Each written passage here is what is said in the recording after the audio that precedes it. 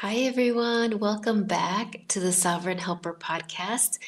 I am so excited to be here with you today for episode 149. And today we're going to talk about daily routines to anchor your new identity. So, if you're new to my work, my name is Lisa Espinosa. I'm a spiritual career coach, and I coach therapists and other helpers, visionaries, change makers to share their unique gifts, to create more impact, and to do that from a place of overflow. So, not only, I used to say to do all that without burning out. And then I recently realized that is like the lowest bar. It's like, yeah, we don't want to burn out, but it's actually how do you share your gifts with more impact in a way that actually blesses you and in a way that requires less effort. Now, less effort doesn't mean, I want to be clear about what less effort means. Less effort means it's less effort because you're more in alignment, because you're more in a place of non-resistance to your soul. You're more in a place of really committing to following your soul's guidance. But anyway, I don't want to get too sidetracked. I really want to talk about today's episode. And so I have some notes here just to make sure I stay on track.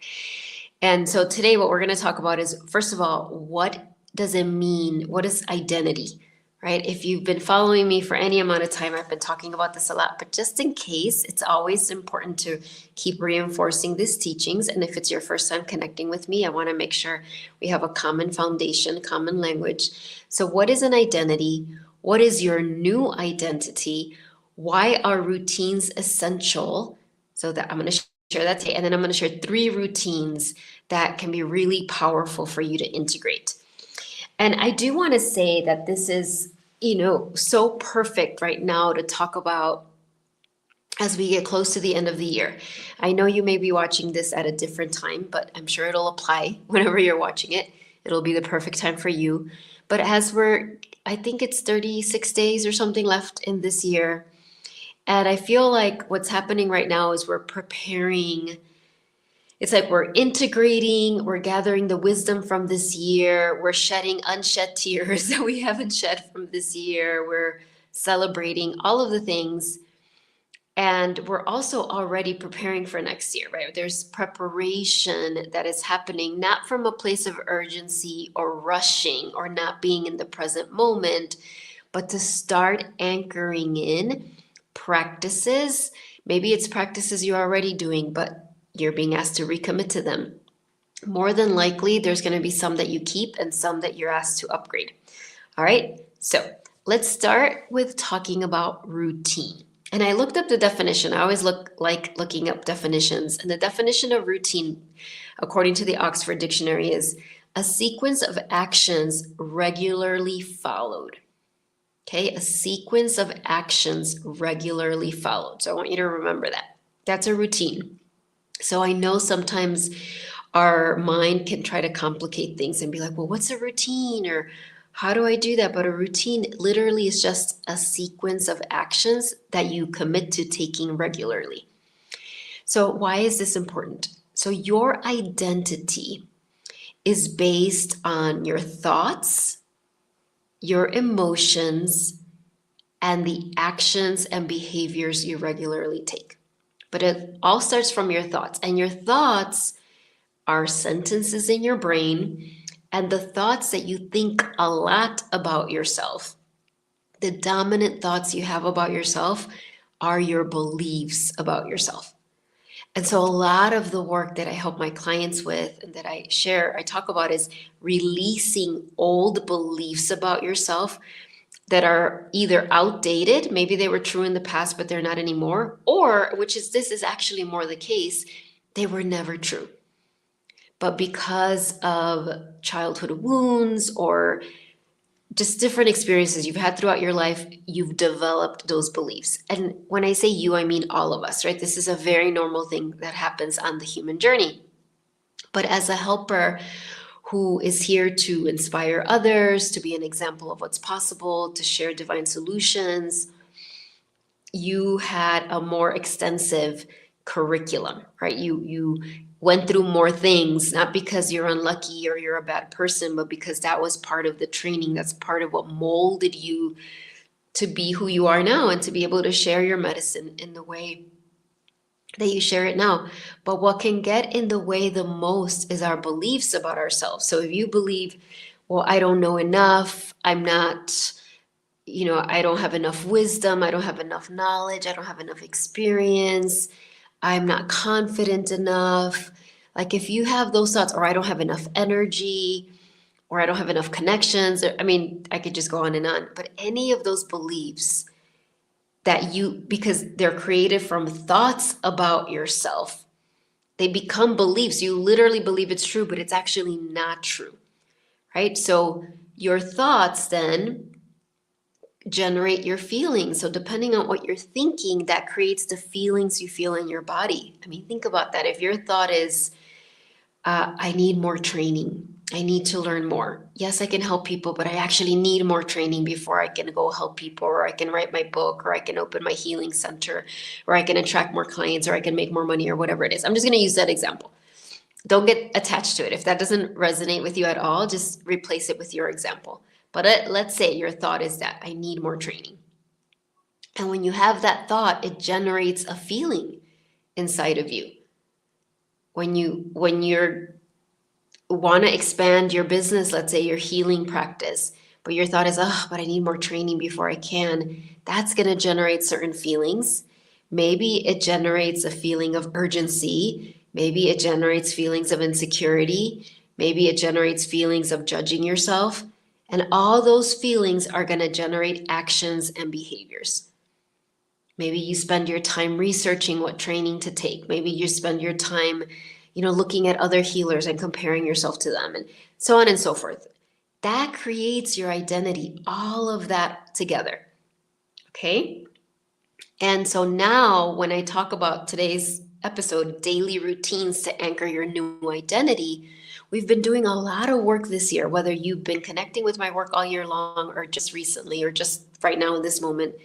I've been saying this a lot, you've probably heard it, this has been the year of the snake, right? That snake archetype, right? Snake shedding everything, shedding homes, shedding even like old clothes, shedding relationships, shedding perhaps weight, shedding old habits, but more than anything, it has been shedding old identities. Right? Shedding like old clothes, shedding the identities that hold you back. Right? And then way back in January, I did my first masterclass of the year. I think it was called Creating Your Breakthrough Year. And I said this year is going to be the year we break through. And what we were breaking through the most is those limiting identities. And I've done a lot. So if this is your first time or you need a refresher, go back, I think maybe 2 episodes ago I did a podcast episode called Stop Waiting and Start Being Your New Version Now, or something like that. Like that really kind of goes into depth more with the identity aspect. And I help you identify what is this new identity you've been birthing all year.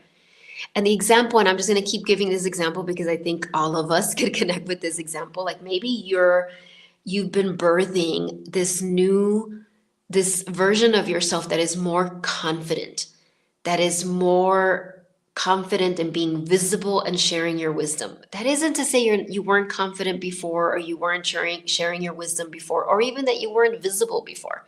But this is the next level, right? So let's say you've been birthing that version, a more confident, wise version of you that is not only open to visibility, but is like feels safe being visible. It's actually magnetizing more opportunities for visibility because you know that as a helper, you are meant to be visible. You are meant to be found by the people that you're here to help and by the people that are here to help you.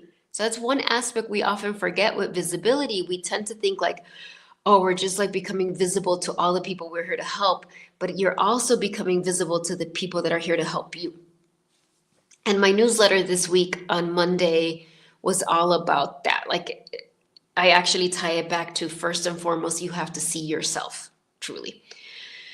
So now we're talking about, so you've birthed this new version. She's already inside of you. This is the thing, right? Like she's already here. And so now, remember what I said, identity is created by your thoughts, your emotions, and your actions that are a result of those thoughts and emotions, your actions and behaviors. That would include your routines, right? Because we said routines are a sequence of actions regularly taken. And so now this podcast specifically is more about that. What are the actions you can take every day, the routines that you can take every day to anchor in the new identity? Because this is what happens with our identity work. Often the old identity is so familiar that there is this strong urge to behave from that old identity. It's just like, I know they've given this example so many times, but if you think of like a forest and there's a path that people have walked on for years and years and years and years, so it's a really easy path to walk on. And those are the neural grooves in our brain, right? It's an easy path because it's familiar. But then when you're creating a new identity, new neural networks in your brain, new path in the forest, it's not as visible yet. Like it's easy to be like, oh, I'm just gonna go down this one, but you have to be like, no, I want to go this way. And that process of continuing to realign anchors this new identity until there's a day where you're like, you're the new you, who was actually the true you. You can look back and be like, oh wow, I remember when I used to respond this different way, but now I'm in this different place. And so I want, first and foremost, when you think about routines, the first thing to ask yourself is, what are your current routines? We all have them. Everybody has them. They don't have to be spiritual in any way, but people have the routines of drinking their morning coffee. Some people have the routine of watching the news. Some people maybe meditate in the morning, right? There's routines that you have. And so this is the first question with this process, okay? We're going to get really practical here now. You're going to, first of all, you're going to look at your routines. And I really believe the morning routines are so important. Routines are throughout the day, but your morning routines set the tone, right? It just make it easier for you to have a day that feels in alignment versus a day that feels like you're battling yourself or battling the world. So you're going to ask yourself now, as you think of your routines, maybe you write them down. Do these routines anchor in my new identity, this new version of me, or are they reinforcing old identities? And this is a really essential question because you can have routines that are very healthy, right? That on the surface can look amazing. But when you ask yourself this question, you might realize, ooh, that routine is actually anchoring in an old identity. So for example, let's say someone has a routine where in the morning they write down their to-do list, right? They write down, okay, everything I have to do today. And for a long time that has been working. That has been a helpful routine. Except now it isn't. Because when you ask yourself that question, you realize, oh, writing my to-do list in the morning is actually anchoring in this old identity of busy worker.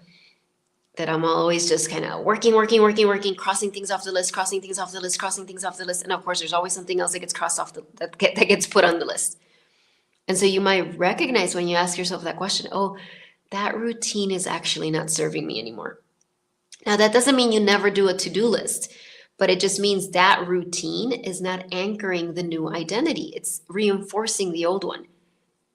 Okay, so that's the first thing you're going to do is you're going to take an inventory of your routines. Notice and maybe start with the morning ones. And if you really don't have any morning routines, then you will start creating some. Right? But I really think everyone has morning routines, even if they don't call them that, they are. And so you're going to take an inventory, make a list, and then decide, is this serving my new identity? Is this anchoring the new one or reinforcing the old one? And I do want to say this. sometimes I suspect that for many of you, because this is what, as I've been doing this work, what I've noticed, most of my routines, most of them are routines that I would keep, but the intention behind them is shifting, right? It's like,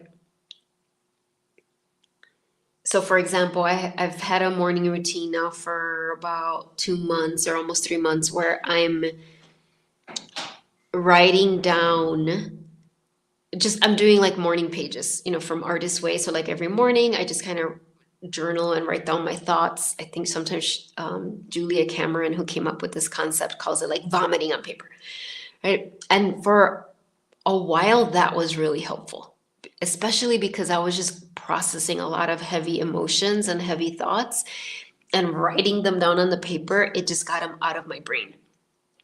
And I was able then to look at them and sort through them and move forward with my day instead of like trying to hide them in a closet in my brain, but they were still there. And then there came a point where that wasn't helpful anymore, not in the same way.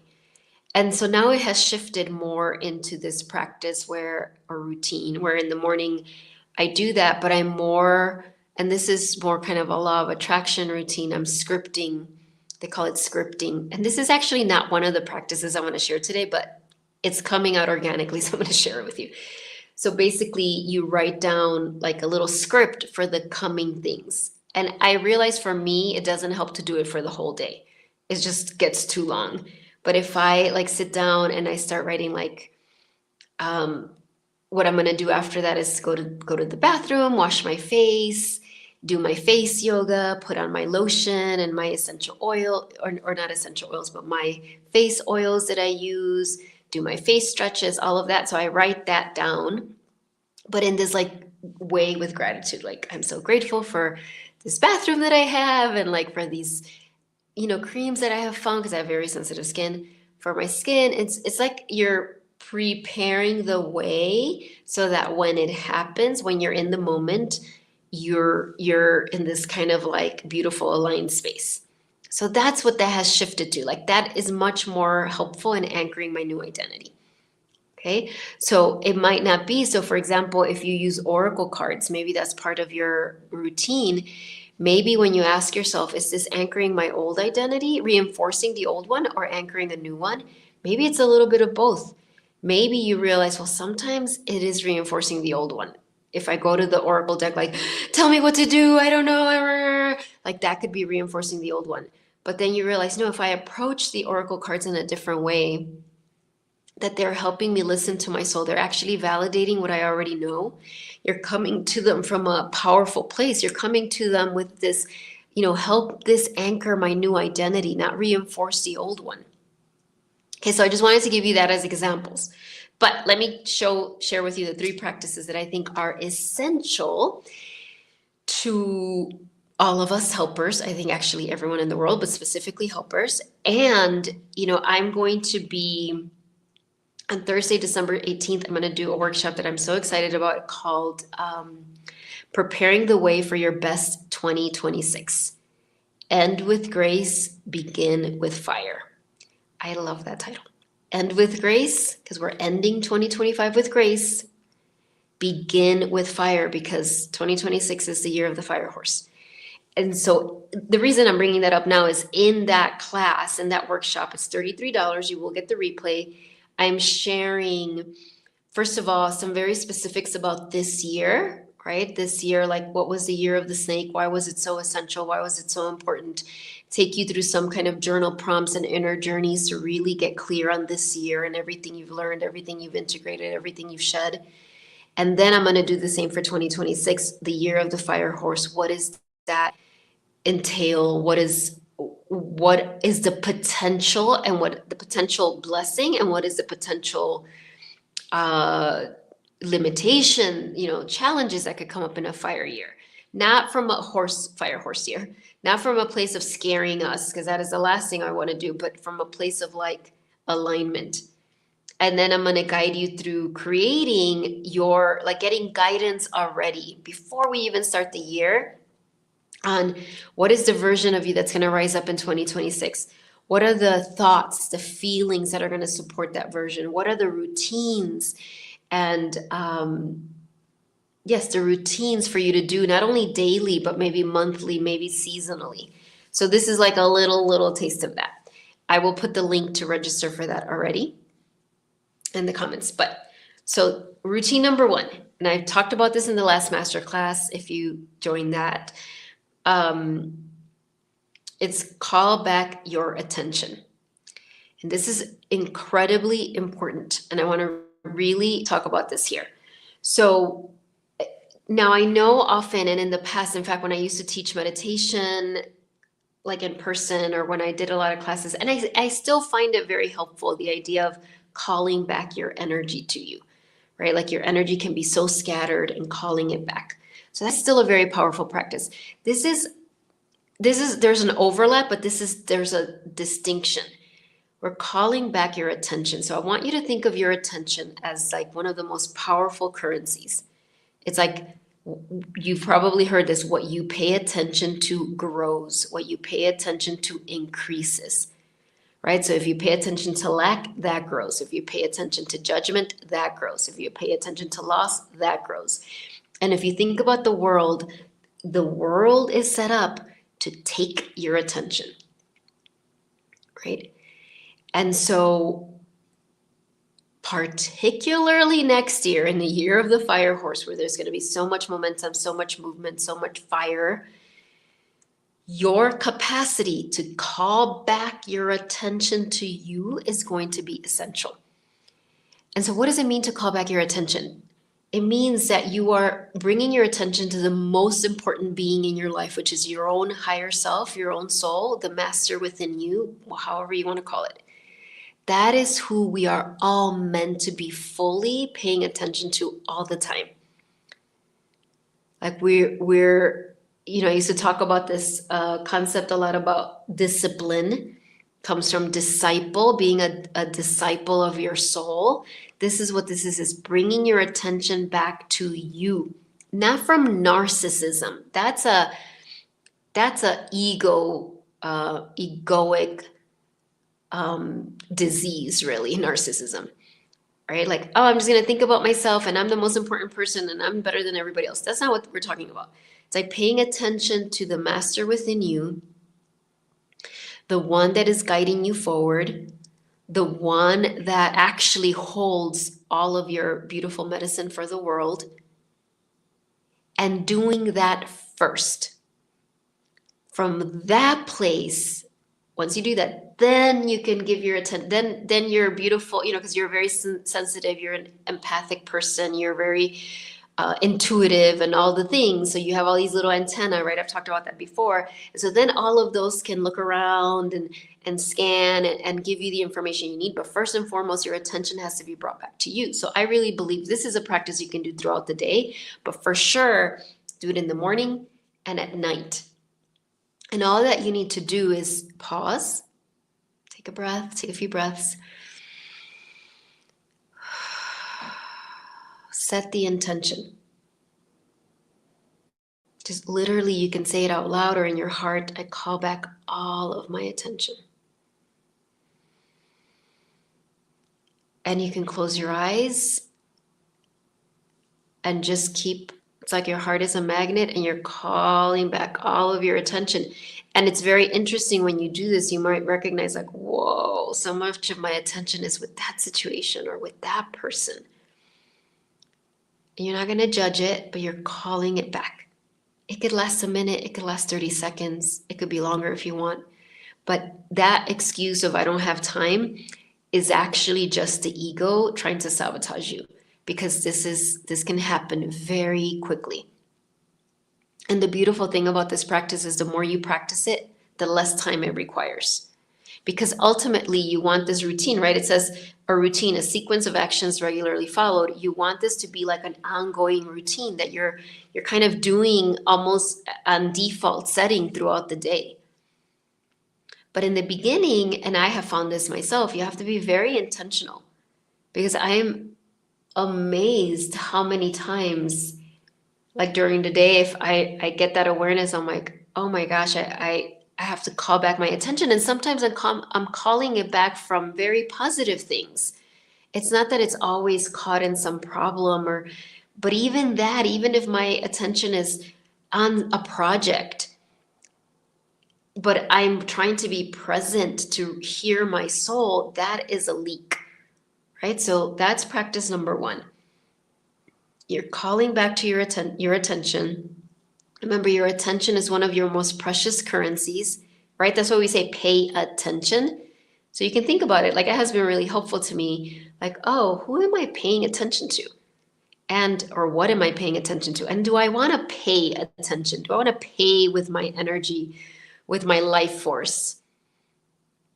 And sometimes, many times you'll be like, no, I want to pay attention to me, my higher self, my soul. From that place, the best ideas, the best solutions, the most love, the most compassion, the most wisdom is going to emerge.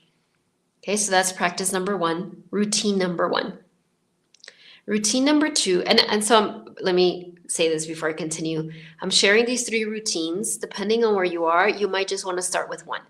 Notice which one costs you the most.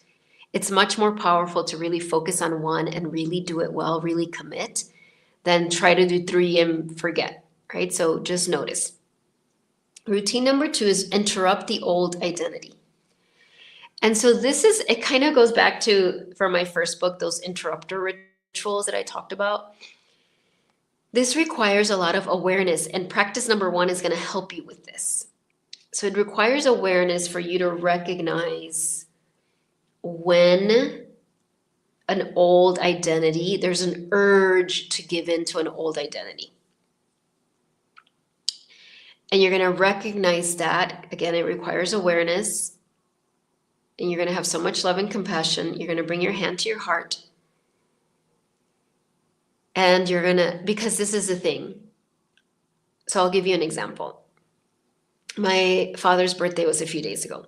And it just happened to be on the same day that Greg, my husband Greg, he has chemo on Mondays. And it's just like a very different day. Like, it just requires us to take an Uber, go to the hospital. It's just like a lot of stuff. And so when, I knew it was my dad's birthday, but I wasn't able to call him obviously during the day because of that. And then all of these things kept happening. And then finally there was a point, it was already probably 3:00 and I hadn't called. But for various reasons, that was going to be the only time I got to go take a walk. And I really needed a walk. I needed to go. Walking is one of my ways that I connect with my soul, ways that I get a workout, ways that I go outside and connect with the sun. And I just really, really, really needed it. But I had such an urge. I was like, oh, but I haven't called my dad yet. And I'm not a call and walk person, in case you're thinking that, because that's one thing Greg suggested. And I'm like, I don't unless it's like a very special situation, I do not enjoy taking a walk and talking to people on my walk. Like, when I walk, I want to be present. And so I could really feel, and I didn't recognize it then, but this feeling guilty. It's already 3:00. I haven't called my dad. I should really call my dad. If I don't get to do a walk, that's okay. I'll do it tomorrow. And all of that was happening. And then I was I noticed it, right? I had that awareness. I was like, oh, that's that old identity, right? That's that old identity. That's like, no, it's this old belief, everybody else has to be taken care of before me. And then I can relax. But that is a slippery slope, bottomless pit that can just keep you trapped forever. And I just really was it will be okay if I go take a walk and I call my dad after my walk, which actually meant after I ate, because after the walk I would be really hungry and I would call then. And so this is the practice, is I brought my hand to my heart and I said, I am safe. Because it's interesting, our ego can feel unsafe when we're anchoring in our new identity. Because our ego wants to keep us the same. Stay the same, stay the same, stay the same. Don't change, don't change, don't change.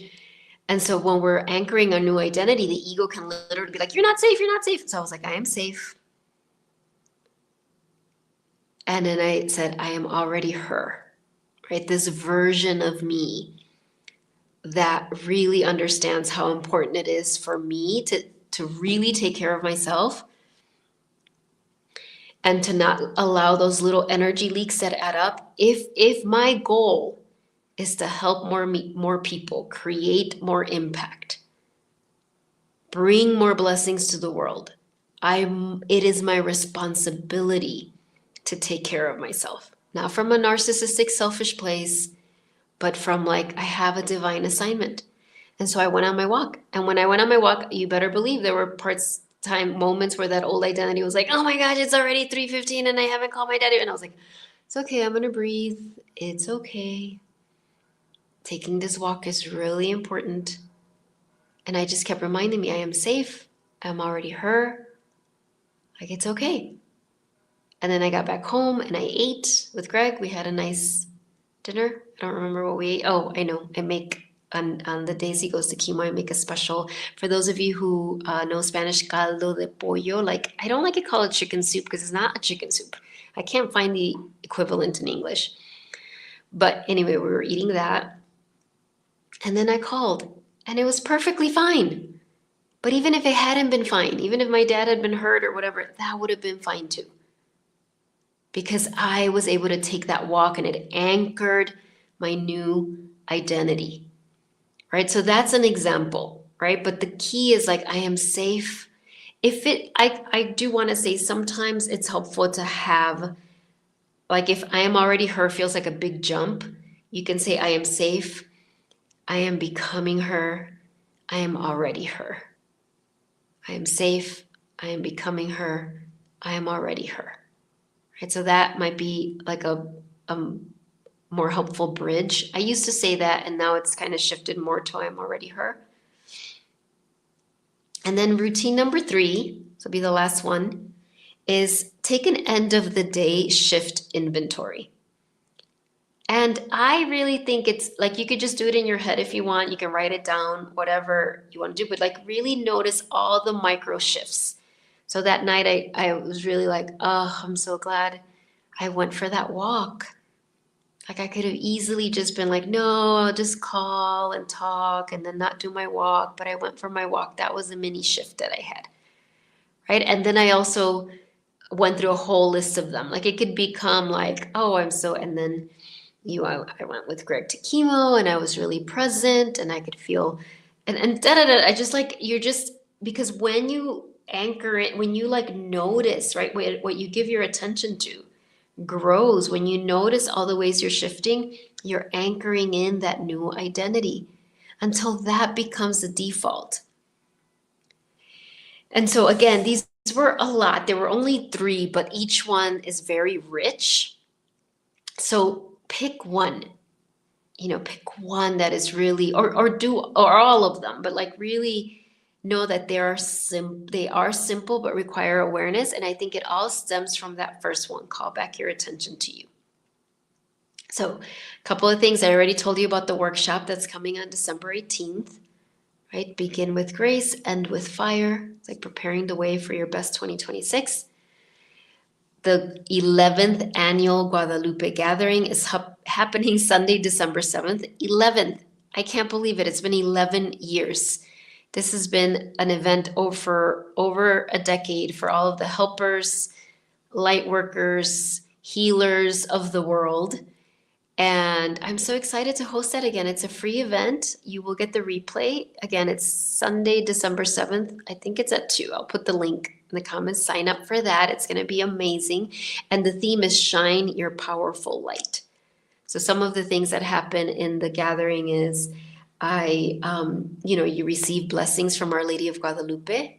She's a divine being, an aspect of the Divine Mother. This is beyond any sort of religion, by the way. Should have started with that. All spiritual paths are welcome.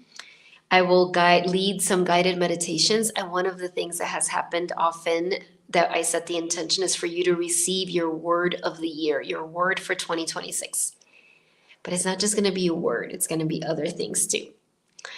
And I'm going to be doing Reiki energy healing to help clear whatever's like left from this year. I'm going to share some of my personal stories of just like my connection with Our Lady of Guadalupe and how she has helped me to heal the fear of being seen. And she's still helping me with that. I believe that's an ongoing journey. But the reason the theme this year is Shine Your Light, Shine Your Powerful Light is because she's preparing us for 2026 to be seen. And so many of us have fears, trauma, wounding around that, confusion around that. So I'll be sharing some of that, and then I'll be pulling oracle cards. So it's going to be an amazing time. I would love to see you. And of course, there's still time to schedule a free sovereignty consult. That's a private consultation with me. You don't have anything to prepare. Just show up and I will guide you through some questions, help you get clear. Right? It's wonderful to come to group classes. They're so powerful and healing. And then there's something very special about having a one-on-one where I can just really dedicate the time to you and help you get really clear on what season of your service, your creativity, your growth you are in now, where you want to go next year, and what's the path to get you there. But before that, really, like, what are the biggest obstacles? So I'll help you get clear on that. And then if we're a good fit, if you want to hear more, I will share the details of my long-term coaching programs with you. Okay, so thank you so much for being here. Oh, I was going to pull an animal card. Let's see what animal is helping you anchor in your new identity. Which is the animal that's helping you with these daily routines? All right. Oh my gosh. Love it. Dog spirit. Be loyal to what you love. Really take that in. Be loyal to what you love. This is so powerful because sometimes we're loyal to the old, the familiar, the outdated. We're loyal to making other people happy, pleasing other people, not disappointing other people. That's not what this is saying. It's like, be loyal to what you love. Be loyal to your beautiful soul. Be loyal to your mission. Be loyal to your dreams, even if you don't know what they are. That's what this is saying. Right? And so for me, when I decided I'm going to go for the walk and I'll call my dad afterwards, that was me being loyal to my mission, to my sacred mission. Right? All right. I'm sending you so much love. I will see you soon. I can't wait. All right. Bye, everyone.